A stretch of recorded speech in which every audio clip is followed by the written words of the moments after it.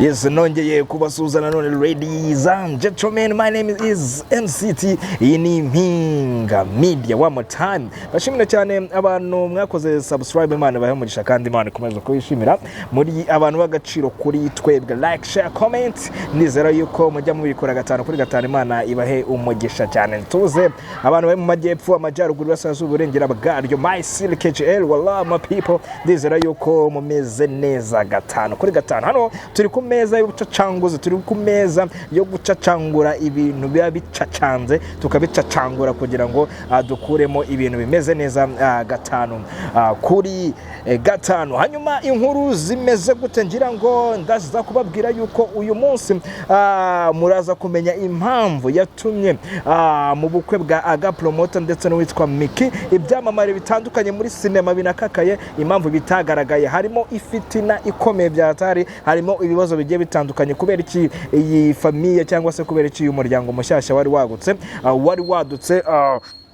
Bimwe mu byamamare muri sinema nyarwanda bitigeze byitabira uwo cyangwa se ibyo birori, muraza kumenya impamvu nido cyangwa se n'ubucacanguzi turaza kwinjiramo muze kumenya uko byagenze gatanu kuri gatanu. Hanyuma turaza kusimbukira mu rukiko ari ku Kicukiro ukuntu byari bimeze, kubera iki umuntu witwa Pazo cyangwa se Pazoman atarimo arahuza n'umuntu witwa Kejoni kandi ikirego ari kimwe. Ndaza kubabwira kandi impamvu witwa Jihad yamaze kuba atabwa muri yombi, impamvu ni iyihe, we yakoze iki, kuko we ashobora kuba dosiye ye ishobora gukomera kurusha izabandi, we yakoze ibirenze ibyo mutekereza. Kimwe n'ibindi byose turaje tubyinjiremo turebe kuntu ibintu bimeze gatanu kuri gatanu. Ndaza kuvuga kandi ko papa Cyangwe ubu ngubu we na 155 am byamaze gukemuka ibibazo byabo, ariko byakemutse byabaye ingutu, byakemutse ari intambara ni makofu, ariko none turaza kureba duti byaciye mu yenzira. Byasabye yuko umugwiza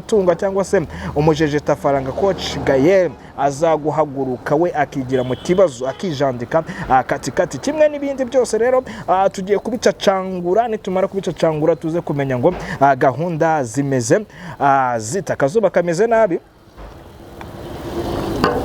Muraza kwihangana nibona ngenda nsoma ku mazi cyane kubera yuko izuba ni ryinshi cyahatari, ariko turaza kugerageza turi separating cyangwa se turebe kuntu turaza kuba turikoramo gatanu kuri gatanu. Wala kadwere kuri story ni story yabaye ku munsi w'ejo mu rukiko rwa Kicukiro cyangwa se mu rukiko rw'ibanze rwa Kicukiro hara mu Kagarama. Abantu murahaza kuko habera inkiko nyinshi cyangwa se habera imanza nyinshi cyane, ni imanza zikunda ku abastar benshi. Wa umuntu wese w'umustar wageragejwe gufatwa cyangwa se wataye muri yombi na RIB, urubanza rwe akenshi rubera hara ku Kicukiro. Tibimeze bite ku munsi w'ejo witwa Kejoni n'uwitwa Pazoman bagombaga kuburana kufungwa n'ifungurwa ku byaha baregwa byo gukwirakwiza amashusho y'urukozasoni y'umuhanzi uwo rizagwira Frere cyangwa se wo muzi nka Yamana. Ku isaha ya 3 nibwo abangaba bari bageze hariya ku rukiko rwa Kicukiro, bahagera bari mu mapingu, ubona yuko wenda nakamwenya, ariko byatangiye abantu bavuga bati dushobora kuza kutoroha kubera yuko uwitwa Kejoni n'uwitwa Pazoman baje bari muri nuza zitandukanye. Murabona izi modoka za RIB zifitemo parti yo ku ruhande ni hano ku ruhande, bivuze ngo Pazoman yaje kuri uruhande, uwitwa Kejoni yaje kuri uruhande. Abantu bari bazate asaba abantu ubundi bafungiye hamwe bimeze biti, ariko ibyo ntibyari kuba impamvu cyane, bishobora kuba byaratewe nuko polisi wenda cyangwa se RIB yabapakiye bitewe n'impamvu. Ibyo ntabwo byatubanye ikibazo. Hanyuma isa 3 rero urubanza rwarutangiye hari ku Kicukiro, bahamagara abashinjwa basomera imyirondoro yabo runaka, Pazoman runaka, amazina ye bwite, apana yakoresha muri show business, bababaza icyo bakora muri show business. Pazoman yasobanuye yuko we ubusanzwe areberera inyungu z'abahanzi, agakina comedy, agakina na film, ibyo nibyo akora muri show business. Hanyuma uwitwa Kejoni we avuga yuko aba iruhande rw'abahanzi. Umucamanza aramubaza ati ako kazi uri kuvuga ntabwo gasobanutse, sobanura neza, uba gute iruhande rw'abahanzi bimeze gute? Asobanura yuko agerageza kwa muri management yabo ariko mu buryo butimbitse. Aho ngaho byibura umucamanza aza kumva neza ikigamijwe. Hanyuma umucamanza yagarutse kuri Pazoman aramubaza ati se wowe uremera kuburana uyu munsi cyangwa bimeze bite? Pazomani avuga ko atemera kuburana uwo munsi. Umucamanza amubaza impamvu atagomba kuburana, avuga yuko dosiye yiwe atigeze ayisoma. Umucamanza aramubwira ati wowe rero kubera ko utasomye dosiye, aramubwira ati shaka indi mpamvu kubera ko iyo ngiyo ntago yumvikana. Pazomani ubwenge buza kuza avuga yuko atarabona umwavoka. Bose nta numwe wari ufite umwavoka, yaba uwitwa John nta mwavoka yari afite na Pazomani nta mwavoka yari afite. Icyo ngicyo cyarumvikanaga ku mucamanza. Hanyuma bageze kuri John, aribyo bintu byateje confusion aho ngaho mu rubanza. Baramubaza bati wowe uraburana John? Ati ngenda burana ngaramya ahubwo cyane, atahubwo urubanza turutangira. Hanyuma umushinjacyaha aravuga ati ntago bishobora gukunda kubera yuko dosiye yanyu nimwe. Donc icyaha muregwa ni kimwe, mugomba kuburanira hamwe. Aho ngaho Pazomani ntago ashaka kuburana kubera ko nta mwavoka. Hanyuma John we arashaka kuburana kubera ko yavuga ko we ntacyo yishinja. Haje kuba ikibazo kimeze gute rero? Abantu bari bajije bati abantu iyo baregwana mu kirego kimwe baricara bakiga ku rubanza. Bayerekana yuko uwitwa Pazomani n'uwitwa John nta hantu mu rubanza barimo kugira gute bariho barahuza. Ubundi bagakwiye kwicara bagakora coordination bakiga ku rubanza bakavuga bati tuzabigenza gutya A to Z. Ariko icyo kintu yo communication ntayihari. Birashoboka yuko muri uru rubanza hagomba kubaho ikintu uterewe amagari yaterewe hejuru buri wese akamataye. Niko biri kugenda hari ibyo kuvangwa ku mihanda twa turi kumwe biriyo byageze mu itegeko cyangwa se mwamaze gukubitwa mu ndugu yangu.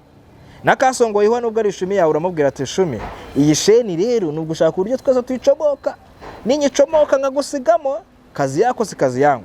Icyabayeho rero nuko ubucamanza cyangwa se urukiko byarangiye rufashe decision yuko urubanza rwimurirwa ku itariki 4 z'ukwezi kwa 12 umwaka wa 2025. John asubizwa muri gereza n'uwitwa Pazomani asubizwa muri gereza. Abo bose bagiye bababaye bavuga bati nta kundi. Ariko abanyamakuru bari hariya itegeko ryavugaga yuko kwinjira mu rukiko umuntu wese uraza gufatwa akoresha telefone, bibe nuko waba ugiye kubaza umugore ati wiriwe cyangwa se ugiye guhamagara mu ruguti bimeze bite, cyangwa se telefone yawe bakayihamagara ukayitabaho mu rukiko. Umucamanza yari yihanije avuga ati turaguhana ku buryo bwihanukiriye kandi ukoresheje itegeko. Bivuze ngo kwa kundi umuntu ashobora kwikurisha agatelefone mu mufuka akaba yatayipingira umuntu cyangwa akamubwira ngo bimeze gutya, ntago byari byemewe. Aho ngaho umunyamakuru wese wari uhari telefone yagombaga kuba iri mu mufuka, ibyiza igomba kuba imyutinze cyangwa se wakanayizimya kugira ngo utaza kwiteranya cyangwa se utaza guhura n'amategeko. Ikindi cya kabiri, witwa Yampano uwo rizagwira Florian yageze kuri tele. Niwe muhanzi wenyine nabonye ukurikirana urubanza rwe rw'abantu yareze akagera kuri tele. Yahageze kumwe n'abajene batatu baraza nabo bagenda nyine bumvishe imyanzuro y'urukiko. Hanyuma reka ibi bintu tubijyanana n'uwitwa Jihadi arya kaso. Jihadi yataye muri yombi kwa kangahera. Jihadi yataye muri yombi kwa kangahe? Wewe wibuka neza. Turi kwa kangahe uyu munsi turi kwa gatanu. Ngo yataye muri yombi kwa kabiri. Jihadi rero dore ikibazo hano kiri gikomeye. Ari we mugabo ushobora guhura n'ibibazo bikomeye biteye ubwoba. Muri ibuka ubundi iriya video ya Yampano ntago ari uyu munsi, iriya video imaze igihe. Ariko abantu bakomeje kwikipinga mu matelefone yabo. Jihadi we ikintu yafatiwe yabanje kwicara ku mbuga nkoranyambaga oya kugitangaza amakuru akoresha cya kindi bamwangajemo. Aba nka bya bindi yakoze kwafata ku mavuta, we nafata ku mavuta, afata ku mavuta amubwira ati nkubita mu mutwe ibintu ngiye kuvuga ubanza ubyumva. Urabyibuka? Abyo bya bindi bajya bavuga ati umanika gati wicaye wajya kugamanura ukinaganika.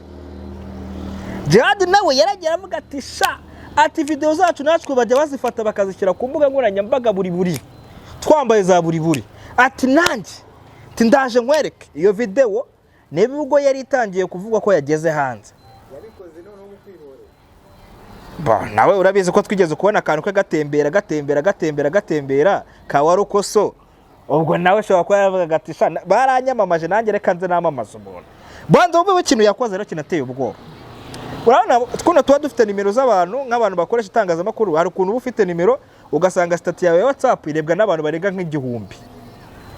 Jihad ngo yagiye gufatira video yose kwa kundi bayibonye iminota 4 n'amasegonda 23 agukubitira kuri stati ye ya WhatsApp. Bivuze ngo umuntu wagiye ukenera video yakoraga screen recorder yarangiza akabona ya video. Icyo kintu rero nimba ari abantu 500 barebye stati yawe, nimba bakuyeho bose bakarikodinga sibyo bakayisharinga ahandi mu mategeko niho kubona inguru bici hano kwa Kadafi. Ubu Jihad rero we bamuziritseho izina ry'Imana biriya donc nugusensibiliza ibintu kuko yaza kuyibona akayikipinga abo bantu 500 ntabwo baba barakoze screen recorder ngo bayisharinga abandi bantu ngwiki kuyimuha nta kibazo kiri nimba barayimuhaye mu buryo buri prive nta kibazo gihari ntabwo bayimuhaye ngo ayisakaze ubwo no kuyicuruza. Rero urabizi ko abantu bari muri dossier y'uriya mujene bamaze kuba 5. Ariko ke John yavugaga ati ngewe urubanza rwanye n'ubwo muri kuvuga ngo turuhuze ruhuye n'urwo rwa Pazomani ko hari abandi baregwa muri dossier bakaba batarahangane bazaburana ku giti cyabo. Ati ngewe nimba Pazomani zashoboye kuburana mureke ngende uburane kuko ndaruburana nduwa peke nta mwavoka ke John we ngakeneye araruburana. Ati igihe nahereye muri show business ntago urunguru rwananira.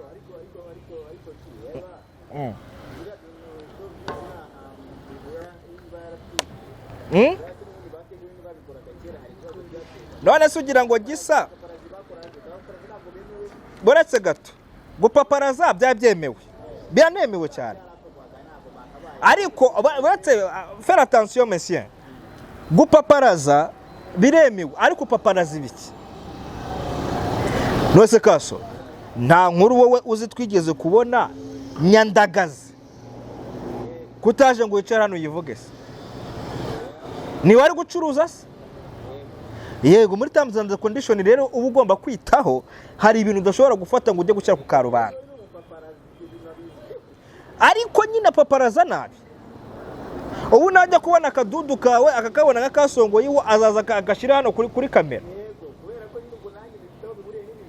ariko icyo gihe azaba yisha amategeko itegeko riramukurikirana ndewe nimbabara nkajya kumurega cyangwa kasongo yo nari mvuza kawe we nubabara ukajya kumurega itegeko rizamukurikirana kuko rega Florier ubanza veneza kino kintu Florier yarareze yatanze kirego ntago bano bantu bakurikiranwe gutyo gusabira mupango yatanze kirego birashoboka ko wenda ko yataza gutanga ikirego bari kugira kuntu babigenda iperereza rero iyo giye gukorwa nubwo baba barabirose ariko we ntiwigeze kuyicaringa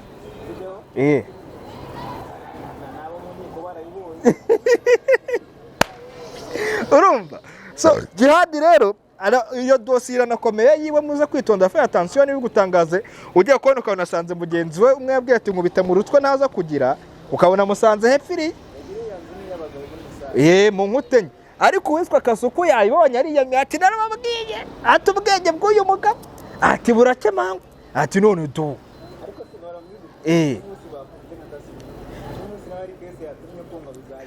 Kasuku se oya ariko nta mugabo udafungwa aba yaserebuye ariko ashaburiya gufata iyo uri umuntu w'umugabo ukareba mugenzi wawe ukamwishima hejuru ngo bamutaye muri yombi shaho ukiri hano kuri iyi si ngo ukiri mw'ibi bintu ngo by'imihanda ngo bya show business n'ubu ngubu ushaka gusanga hari amakosa n'ubu ngubu turi gukora tutazi ko ari amakosa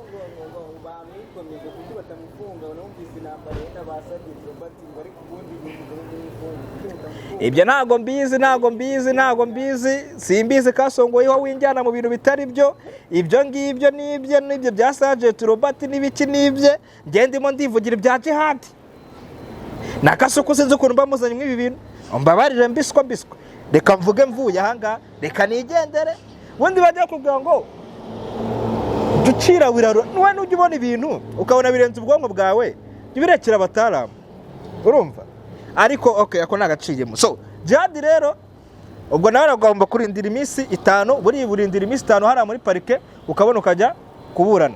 Ubwo 5 nishira tuzamenya ngo jihad bimeze gute. Ariko jihad ko ari ukuntu yajyaga aruburana neza ari hariya avuye kuzireba imanza. Sha hari aho bazakuvuga ngo buriya gagaga mugasuzugura kakiri hakurya y'uruzi. Iyo kamaze kurwambuka. Reka turebe ariko Imana imworoheze badawe. N'abantu bari muri case Imana iborohereze. Ariko ndibaza buriya ya mpano atanze nk'ibaruwa yo gusaba yo guhereza imbabazi bari abantu baba barekura cyangwa itegeko ryakomeza rigakurikizwa. Nk'uwareze urabyemerewe ariko oyo ugomba kujya kumenya uko ibintu bya biri gukurikiranwa bari kubiburanisha biremewe atuze de ahubwo iyo utahageze nyine uvuga ati wenda inkiko nazizeye zikora akazi kazo ariko kuhagira ububyemerewe kuko ushobora no kuhagera ukarucalenjinga hano ukwerekana ko yarababaye mujene yarababaye. Erega ntabwo umuntu ajye kukurega atababaye bura kasongewa nubona mbyutse mu gitondo nkajya kukurega mwana wangu uzamenye ko wambabaje. Ubwo rero reka turindire ku itariki enye tuzumve ke John n'uyu Pazoman ariko ubwo hagati aho ngaho witwa Jihad na bagenzi be bazababuranye hagati aho ngaho nabyo itariki y'urukiko nimenyekana tuzaba duhari naye nahateye amatako n'amatwi n'amaso yanjye abiri. Hanyuma ibi ngibi rero birahita binjyana kuri gahunda hano mu Nyakabanda ejo bundi ku murenge aha ngaha ejo witwa aga promoteur abagize gutya nshako hazinaganitse ku Karubanda ati witwa Micky asifiwe arya asifiwe ndera akatuvuga Micky nawe ati ndazimanika nshako ariko ikibazo ngo cyambere bari bafite yuko bari bafite ikibazo cyuko baraza gukotora ngimana ikinga ukuboko bahacana umucyo bararahiye. Ikibazo cyabaye ku mbuga nkoranyambaga giti kubera iki ubukwe bw'aba bantu bwitewe n'abakinnyi ba filime mbarwa. Nabonye Kilaman mbona Mitsutsu mbona buri kantu buri nguni bari barimo bamwe naza amazina yabo ariko abantu bari baza ku ruhande rw'abakinnyi ba filime b'abakobwa ko kibatitabiriye kasongoyeho. Micky uko mubona no mukobwa udashobora kubana na bagenzi be ku buryo batamwitabirira ibirori bari muri industry imwe.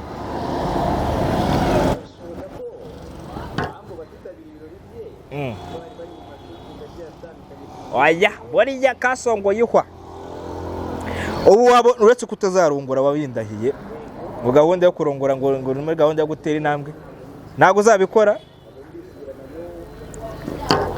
Umushingura ukomeje ndagushakira amatovu kwa Dina na Yesu nindangira ngo gutera umujyane kanyarira bakuramburira ibiganza ba pasiteri basizwe amavuta ngo hano abantu bibajije bati Micky uzamurebe no mu biganiro bye n'ibiki byose kugira ngo nakuriya avuga mu biganiro cyangwa ukabona hari ukuntu bamufashe mu kuntu ari byo njya muri comment z'abantu bura muri the comment nzayizana iyo boro bavuga bati atisha nta kintu no gukuramo ati uyu mugore azakujwigiriza ariko noneho yabikonfirmya Micky nshakwaha uyu mukobwa ashobora kuba ari umuntu utavugirwamo mu busanzwe urumva.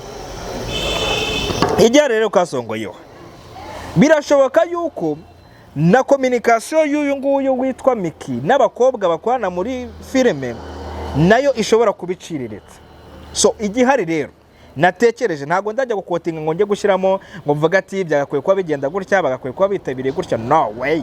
Ahubwo byagaragaje ubufatanye cyangwa se byagaragaje ibara kuri Micky nabo bakorana muri sinema, byagaragaje uburyo babanamo. Oya kigaragaza uburyo abantu babana n'ukuri ntago zigwirirana gute, zihurirana gute ku buryo ku manwa ushobora kutaboneka ndabyumva, wenda nta kazi bagira nkuko ushaka kubisobanura.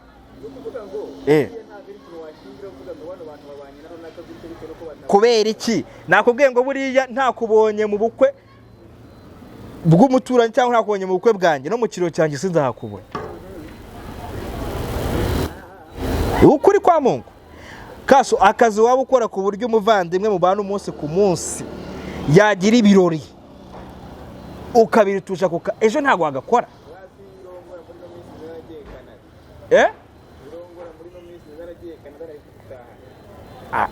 bose bagiye Canada se erega aho ni ku ruhande rw'abakobwa none se kuki ku ruhande rw'abajene baje bari bagize bate nta kazi babagira reka tujye tureka gucurika ibintu ahubwo tureka tuvuga ibintu bihari kiriya kigaragaza umubano y'abariya bantu mu mwuga wabo bakora ntabwo ngiye kujya gushyiraho comment mvuga ariko buriya n'igitambamboga kirabibona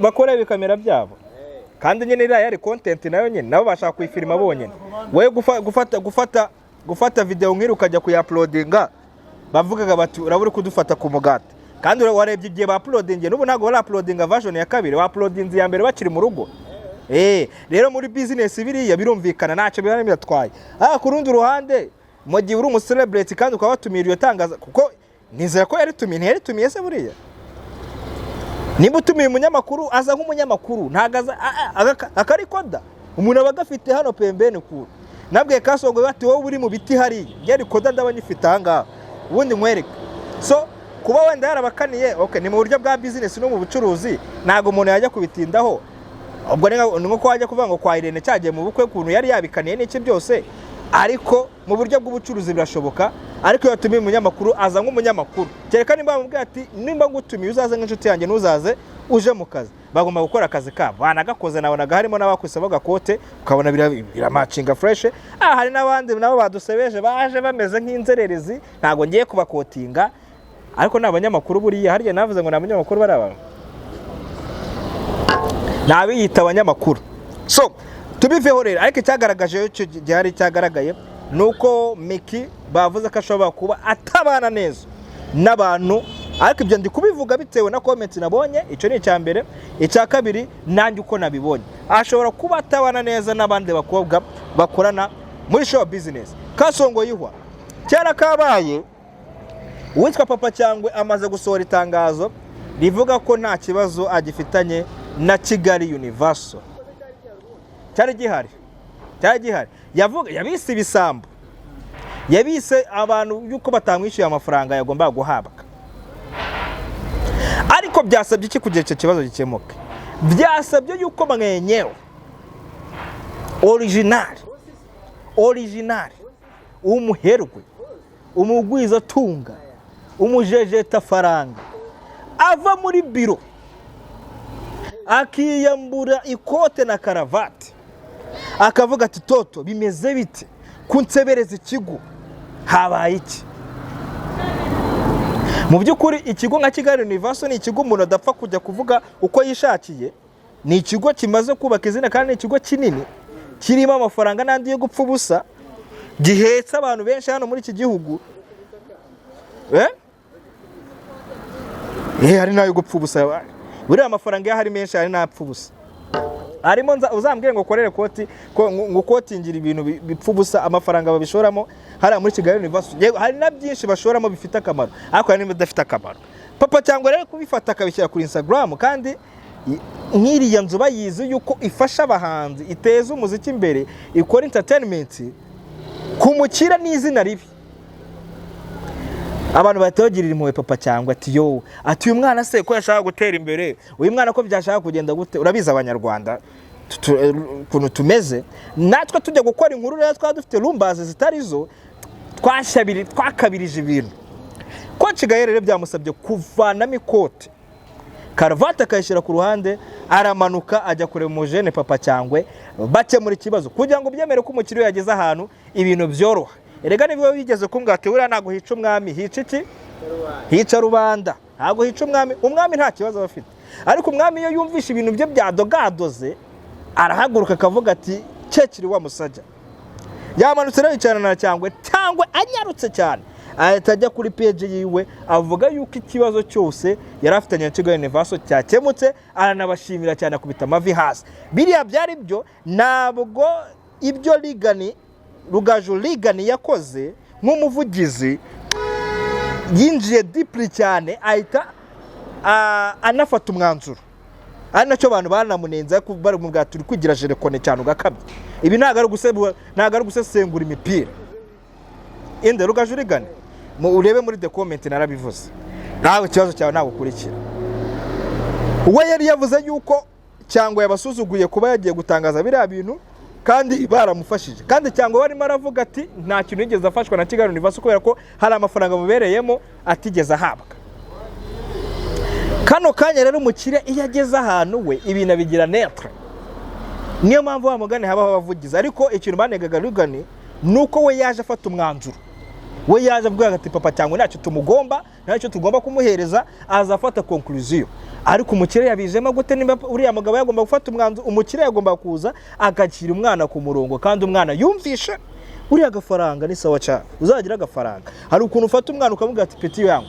yari 500 cyangwa yari miliyoni ushaka gusanga namuhaye narenze kuri ayo ngayo ariko nimba umuntu aho yavugiye yuko yahuye n'ikibazo yongeye kugaruka akavuga yuko hari uburyo byakemutsemo kandi byarangiye ntacyo ashinze iriya nzu bivuze ngo hari uburyo byakozwemo shout out cyane kuri Kigali Universe especially kuri boss mwenyewe mubwira ati boss sha boss yabikemuye rero reka njyewe nanabyishimiye cyane birabigaragaza yuko bigaragaza ubunyamwuga bw'umuntu cyangwa se bigaragaza ikintu umuntu yaje gukora muri industry donc bishobora kuba ushaka gusanga n'ikibazo regakiri kuri papa Cyangwe ariko umuntu kubera business yazanye n'izina ashaka gukora akavuga ati no nta mpamvu amafaranga uyu mwana ndi kumugomba nangaye areye kunyishura nangaye atakira none wongera ujya kubeshyuza bya bindi navuze ntago bavuze uburyo byakemutsemo komuteri niba bamuhaye amafaranga cyangwa byagenze gute ariko ijyana uko papa Cyangwe yamaze gusobanura yuko ikibazo yarafitanye n'iriya nzu ashimiramo na coach Gael yuko byamaze kuba mwishu ugira ngo se sinanagiye uramuke